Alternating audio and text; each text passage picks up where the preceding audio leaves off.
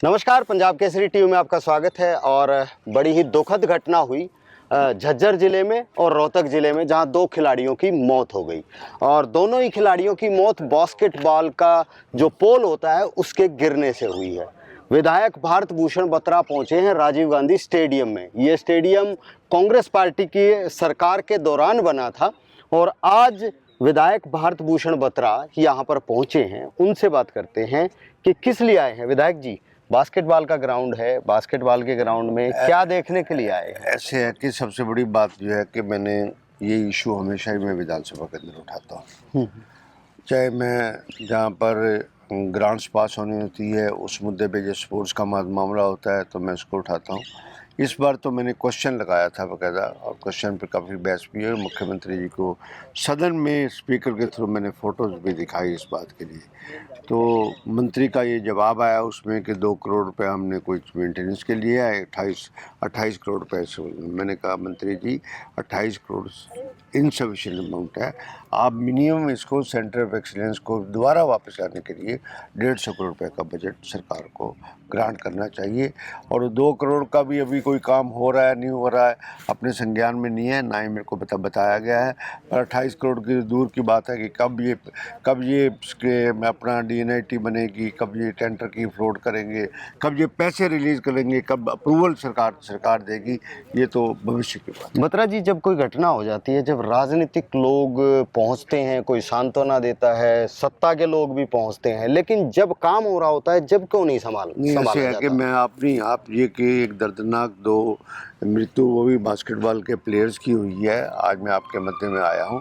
जब मैंने विधानसभा में ये सत्र में ये सवाल उठाया था उससे पहले भी मैं विज़िट करके गया था। मैं विज़िट करके गया था कि यहाँ के बाथरूम कैसे हैं। ये विज़िट कर गया था कि मेरे को कहते थे अब तो इन्होंने साफ 2 दिन पहले कर दी।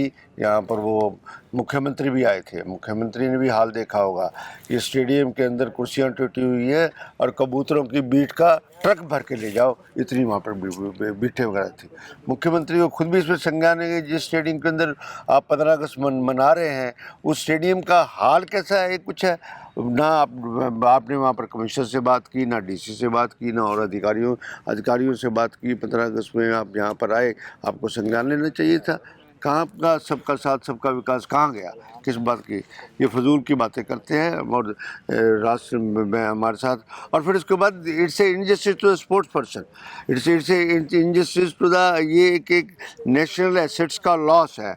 यहाँ से हमें हमारे जवान हमारे स्पोर्ट्स मैन पैदा होंगे। और सबसे बड़ी बात है कि आज के दिन में जो पंजाब उड़ता पंजाब बन गया और जहाँ पर ये नशे का इतना बुरा हाल है उसका प्रभाव हमारे हरियाणा के अंदर भी आ रहा है।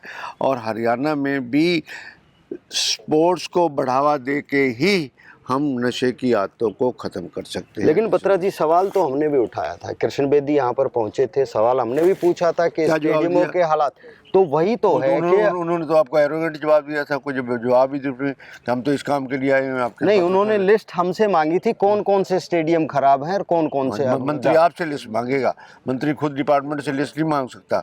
जब यहाँ पर आ रहा है तो तब आके लिस्ट नहीं मांग सकता। और आज दो जहाँ पर दर्दनाक मौत हुई है वहाँ पर, और यहाँ तक कि कल्पेबल होमिसाइड में इसको कहूँगा, जिसको मर्डर की संज्ञा नहीं दी जा सकती। इस तरह की नेग्लिजेंस में अगर ये एक फॉरेन कंट्री होता और कोई डेमोक्रेटिक कंट्री होता तो अब तक तो सरकार गिरने के आसार हो जाते। लेकिन बत्रा जी, स्टेडियम तो आप लोगों ने भी अपने समय में बताए थे, हालात तो उनके भी अच्छे नहीं रहे।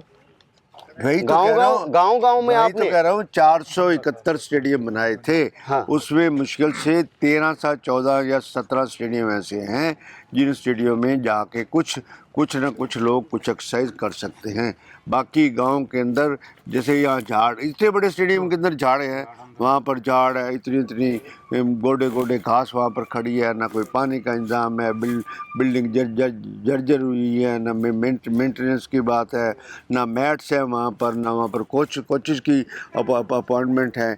एक ड्रीम था भूपेंद्र सिंह हुड्डा का कि इसको हम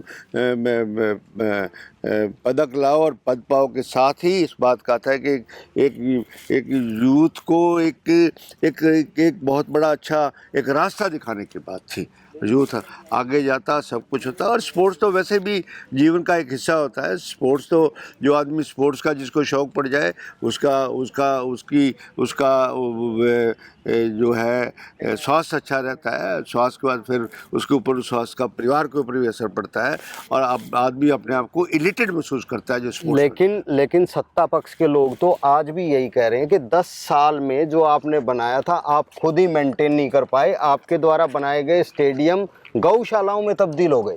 ऐसे है कि ये किसने किया, कि किसने किए तब्दील, किसने किए? ये सरकार ने किए। हमारा तो ये इस स्टेडियम का उद्घाटन ही 2014 में हुआ था। बोलो कंप्लीशन होके यहाँ पर मैं उस टाइम एमएन विधायक था, मैं यहाँ पर राजीव गांधी जी का अनाउंस किया था और स्टेडियम का उस टाइम आप देखें स्टेडियम में। उसके बाद यहाँ पर हमारे एथलेटिक्स के बड़े फंक्शन होते थे और सारा कुछ होते थे और यहाँ तक कि ये लॉन टेनिस के टूर्नामेंट होते थे। यहाँ पर इंटरनेशनल प्लेयर्स तक यहाँ पर खेलने के लिए आए।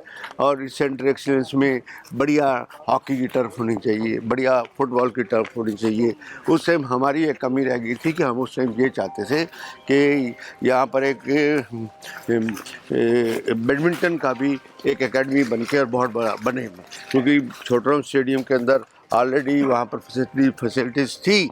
इसमें कभी समय आएगा तो यहाँ पर हम इसको इंटरनेशनल स्टैंडर्ड का बनाएंगे, नॉट नेशनल। और मैंने ये कहा था कि इसको नेशनल लेवल का एक्सीलेंस सेंटर मेरे उस विधानसभा के सवाल के अंदर लिखा हुआ है इस बात के लिए कि उस एक्सीलेंस को इसको हरियाणा का सबसे नेशनल लेवल का स्पोर्ट्स स्टेडियम बनाए।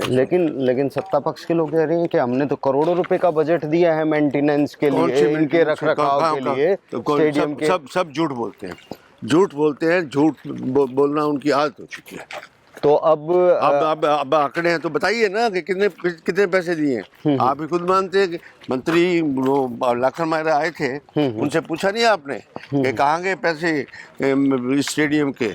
बाकी स्टेडियम का क्या हाल है, सांपला स्टेडियम का क्या हाल है, लाखन मायरा स्टेडियम का क्या हाल है, बाकी और स्टेडियम का क्या हाल है नहीं कोई, है नहीं कोई सूझबूझ नहीं है। इनका विजन ही नहीं है। इसके यूथ के साथ इनकी जो जुड़ाव होना चाहिए उसमें इनका विजन नहीं है। तो ये देखो आप इसे ये मेंटेनेंस है, ये देखो आपके सामने घास की झाड़ियाँ ये हुई है और इसमें तो कुछ नहीं लगता। इसमें तो अगर आप इतना हो तो कम से कम यूनिवर्सिटी यूथ को भी आप एनएसएस के थ्रू भी इसकी सफाइयाँ करा सकते हैं। तो अभी शीतकालीन सत्र होने वाला है। हाँ, इसमें तो कांग्रेस पार्टी का क्या स्टैंड रहेगा इसको लेकर? इसमें सीएलपी की मीटिंग में मैं तो सुझाव रखूंगा कि हम काम रोको प्रस्ताव लाएंगे। ओके, इससे कम कोई कॉम्प्रोमाइज नहीं। तो फिर वही बात आएगी कि ये फिर कहेंगे कि आप लोग सवाल रख के भाग गए, कुछ समाधान होने वाला नहीं है। समाधान करने देखो स्टेडियम का हाल पूरा देखो। हम यहाँ पर सैर करने आते थे, कितना अच्छा लगता था उस टाइम भी बात करिए। अब इधर इस स्टेडियम में इधर देखो, इधर ऊपर चढ़े क्या?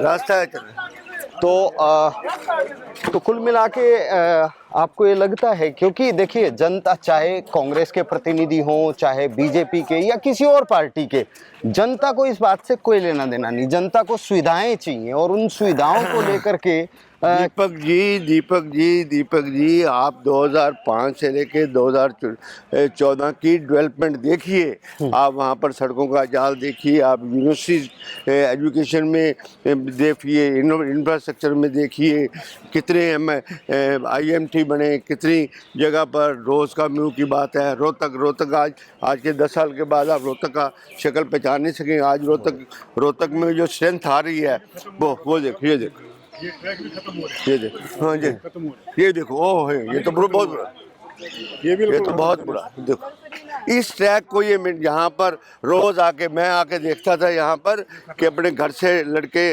अपनी वो शीट साइड मैट लाते थे और यहाँ पर, और इतना सफाई था और इतना साफ सुथरा था, ऐसे करते करते स्टेप अपने आप उठता था।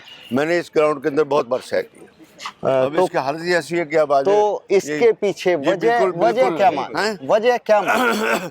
देखो ना, यहाँ पानी दिया हुआ है, ना लॉन की मेंटेनेंस है।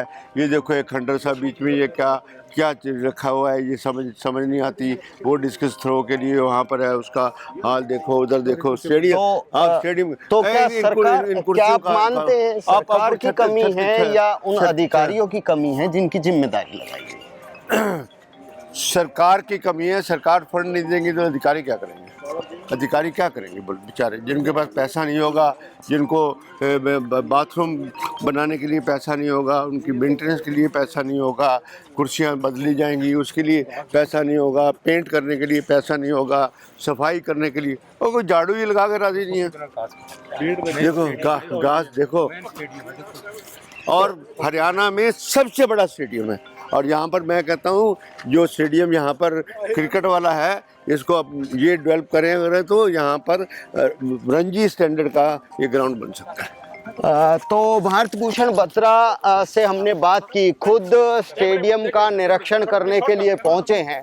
हादसा हुआ, 2 खिलाड़ियों की जान चली गई, और भारत भूषण बत्रा जो कांग्रेस पार्टी के रोहतक से विधायक हैं, उनका सत्ता से सवाल है कि इनका सुधार कब होगा। और इस बार वो शीतकालीन सत्र में भी इस मुद्दे को लेकर आएंगे और सरकार के सामने सवाल रखेंगे कि इस तरह के हालात स्टेडियम में क्यों हैं।